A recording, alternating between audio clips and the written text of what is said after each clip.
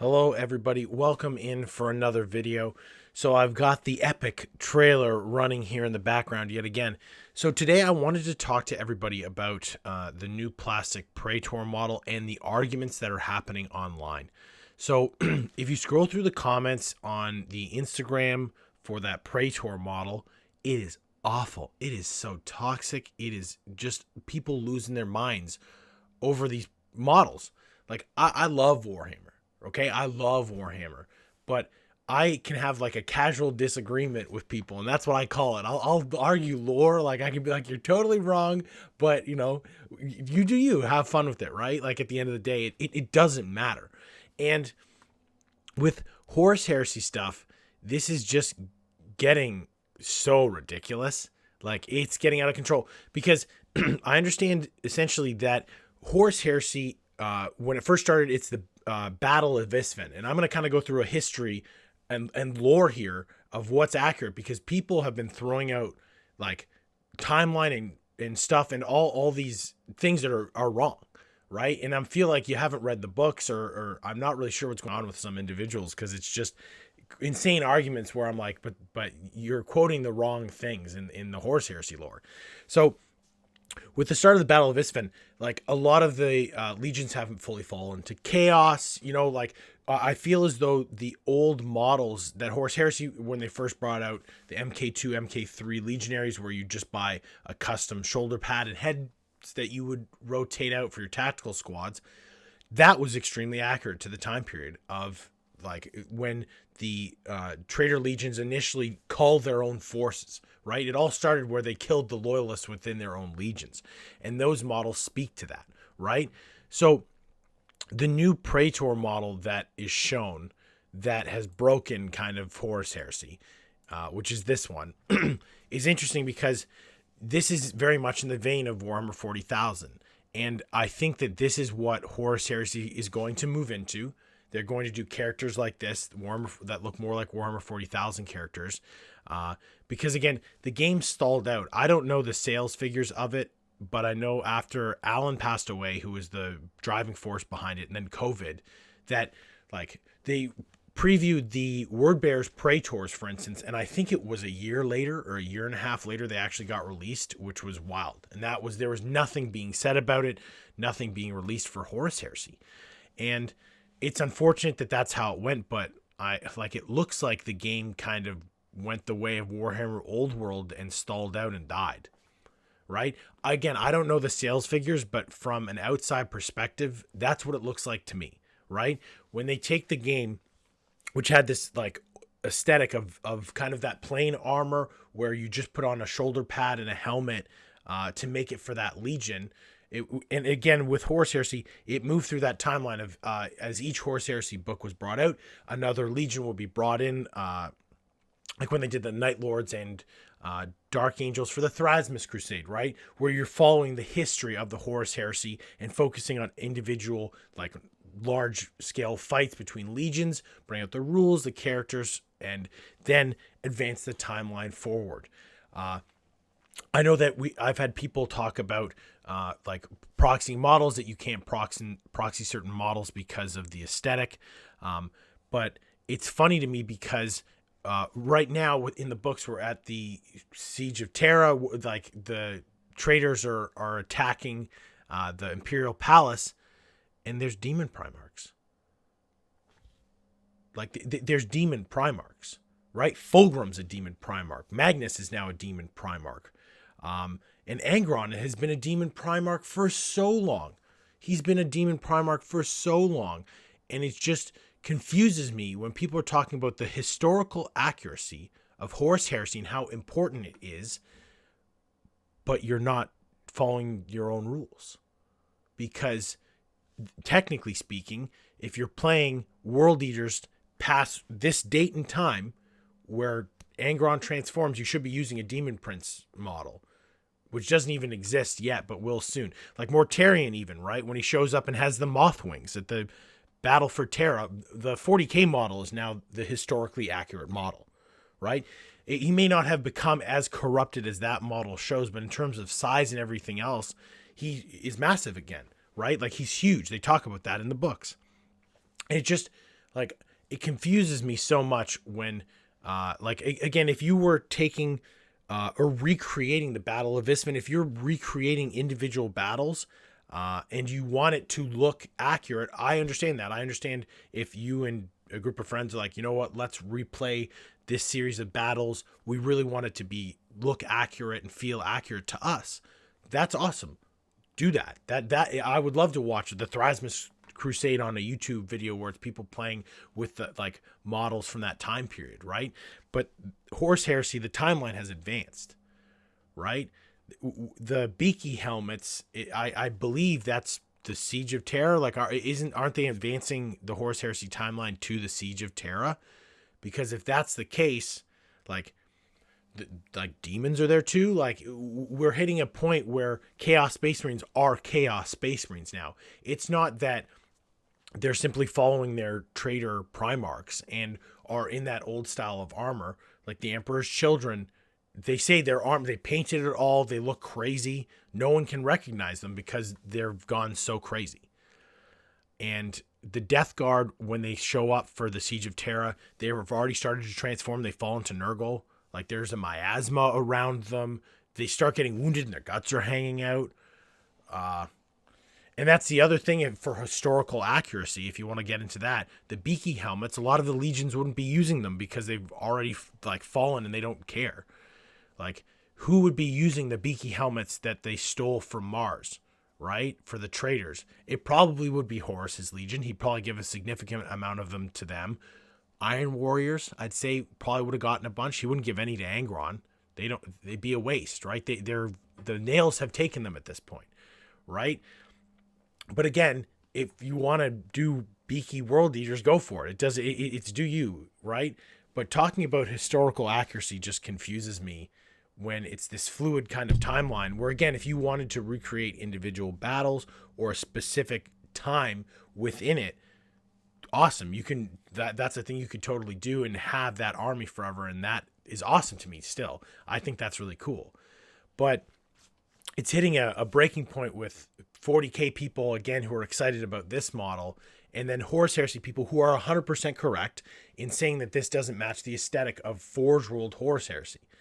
But Forge Ruled Horus Heresy is dead, right? You can still buy all the resin models. I'm going to go through some of this now from Horus Heresy, but more like Games Workshop has taken over Horus Heresy, right? They're going to be writing the rules.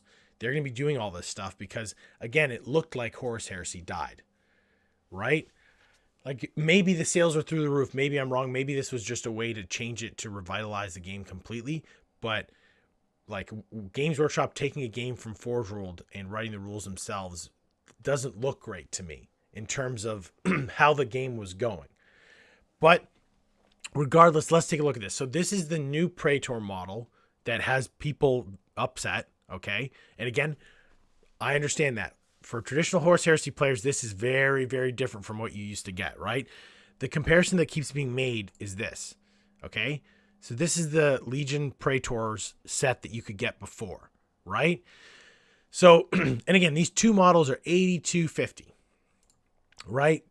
I want to keep that in mind for this. So that it's 8250 for these two models, but even these, when they were brought out at the time, were considered pretty, elaborate for Horus Heresy because they were only bringing out the plain tactical models with custom shoulder pads that you could make the Legion of your choice, right? Now this looks pretty tame compared to this, right? But this is the problem, basically, is that Horus Heresy is becoming aesthetically a Warhammer 40,000 style, right? Especially moving to the Siege of Terra.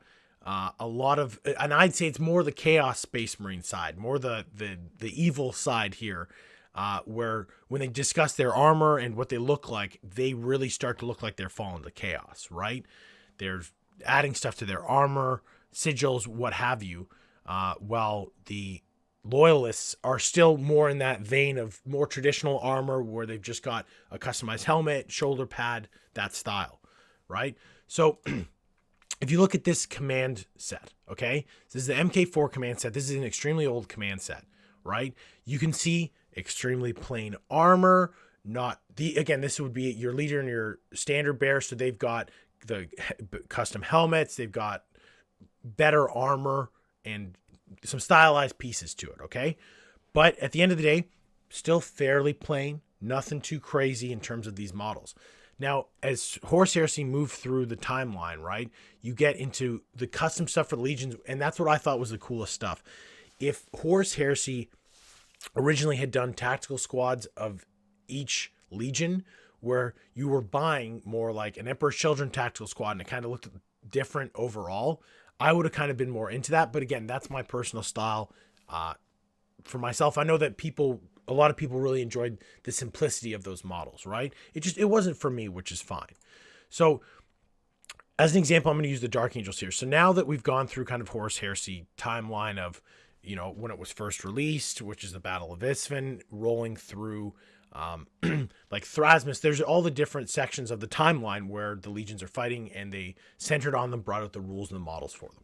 So here's the Dark Angels, okay?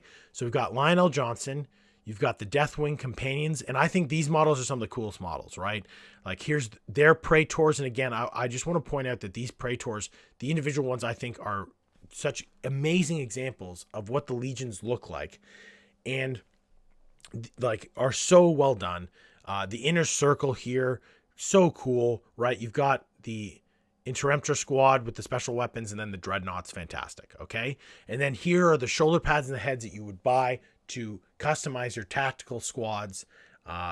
And then you buy some tanks, and right, you've got a heresy going, okay? And again, what kept me out of this, okay, is the price. Like $133 for me for 5 models, and I assume you want a squad of 10, so it's $250 for a squad of 10 guys. I can't do it, right? That's at a price that's just for models for me too much, right? Which is unfortunate, but that's just me. And if you could get these and you've got an army, kudos to you, that's awesome, right? But it's just, I would always look at these and be like, oh man, like for any of the legions, right? When you scroll through their specialty units, I'm like, oh, these are so cool. I love these. And I have a few models, right? I have the Conrad Kurz model that I converted into my 40K Demon Prince. And I've got Sevatar, which I painted up just as a fun project. Like I've gotten tidbits of little things over the years just as one-off projects, right? Because again, the full army was just too much for me. And when you scroll through just Horus Heresy models, you've got the Primarchs, like you've got the character series, which are just fantastic. Like Forge World makes great models, okay? And you can't argue that. But it was just something that I just couldn't really entertain, right? Which is unfortunate, but I know a lot of people you could get these and have armies of them. And some of the coolest armies I ever saw at Games Workshop was Horus Heresy armies. There was a guy who had a Raven Guard army. Oh my God, he painted it to the nines, had all the custom stuff, and it was just so much fun to see that army play, right? And unfortunately, I've never played Horus Heresy, and I'll never really get to play the old rules now. But with the new rules coming out and the new box set, it's just moved into a whole new realm. And we'll have to see what happens, right? At this point, I think I will probably get the rule book, and I'm going to be making a series of videos about what I'm going to do for Horus Heresy, because I'm going to do something a little different that I've seen a couple other people do online that I think is awesome and cool, and I think fits the aesthetic of Horus Heresy, but I know that some people would say it wouldn't, which is fine, right? Again, to each their own. And I know that some people would say, well, I'll, never play, like I wouldn't play in Horus Heresy because of representing or whatever. And I'm like, well, I'm playing in the basement, right? Like when people are quoting stuff being like, well, like you won't be able to play at tournaments in this. I'm not playing at tournaments. I'm going to be playing in this basement with my friends. So, there's, and especially with some of the stuff with like fully painted, you want your models fully painted. You want them all to be forge rolled, whatever it is. Because I think that some people are 3D printing some fantastic Horus Heresy themed armies. I saw someone who was printing an Emperor's Children Horus Heresy army, and they're designing amazing things just for themselves, right? But that, again, you wouldn't be able to use that at a tournament, but I thought aesthetically they were doing a fantastic job. But we'll have to see after this book comes out, right? After this box set, what happens? I think I've been talked out of it, right? Where I was on the fence being like, maybe I'll get that box set and really give it a go. But I think I'm going to do my own thing. I think I'm going to take a bit of a different route with it, but still make a Horus Heresy themed army, right? That has the weapons, right? And that's the thing I want to stress. They will have Horus Heresy era weapons and be divided into squads that are Horus Heresy appropriate. Okay? I'm not going to be using crazy, venom crawlers and stuff in Horus Heresy. I won't be doing that. But it's going to be something a little bit different and fun, I think. Let me know in the comments what you think, right? Again, I'm still excited. It's just, I know that the box set isn't for me from the Beakies, right? And there's a couple other things like the Praetors and stuff. Like, I wouldn't use those in the Horus Heresy army that I'm planning.